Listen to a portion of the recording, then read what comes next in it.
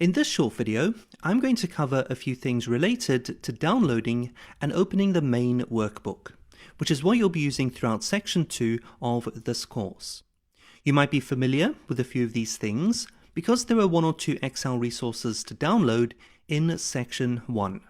However, the main workbook is a little different because there are links present.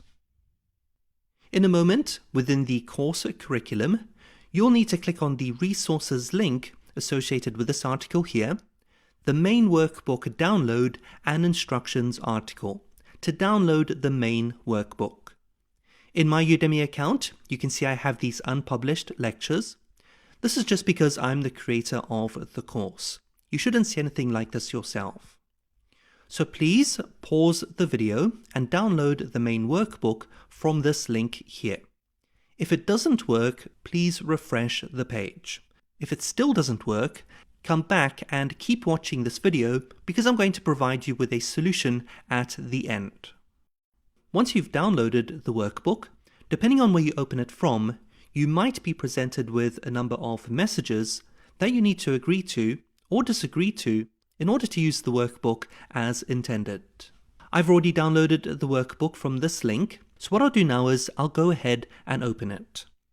To do that on a Windows operating system, you can use the Windows keyboard shortcut, Windows key E to open the File Explorer.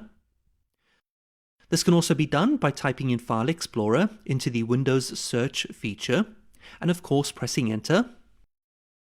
As you can see, the File Explorer is now open. I'll now navigate to the Downloads folder.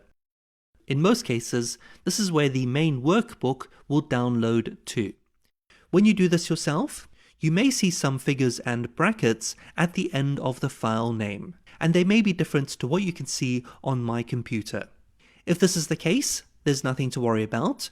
These numbers tend to change every time I update the workbook. This is still the file you want. Please pause, navigate to your Downloads folder, or wherever you've downloaded or moved the workbook to, and open it.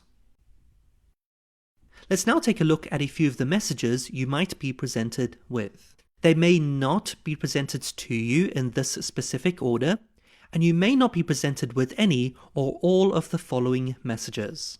The first message may be, this workbook contains links to one or more external sources that could be unsafe. If you're presented with this, click on Don't Update. You might be presented with another message related to links. We couldn't get updated values from a linked workbook. Manage workbook links. For this message here, just exit. If you're presented with anything that says Enable Editing or Enable Content, click on these options to agree. So Don't Update, X for Manage Workbook Links, Enable Editing, and Enable Content.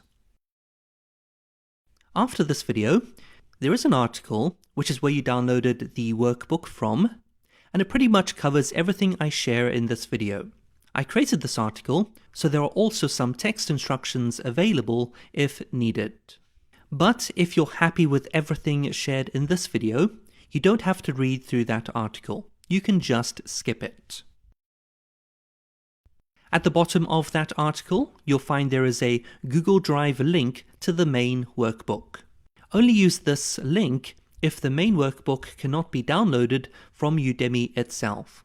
You'll probably not have to use this link, but here it is, just in case you need it.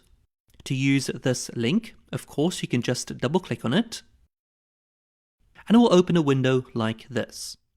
Once this window opens up, you don't want to double-click on the file here, or else it will open in Google Sheets. And Google Sheets is not compatible with this course.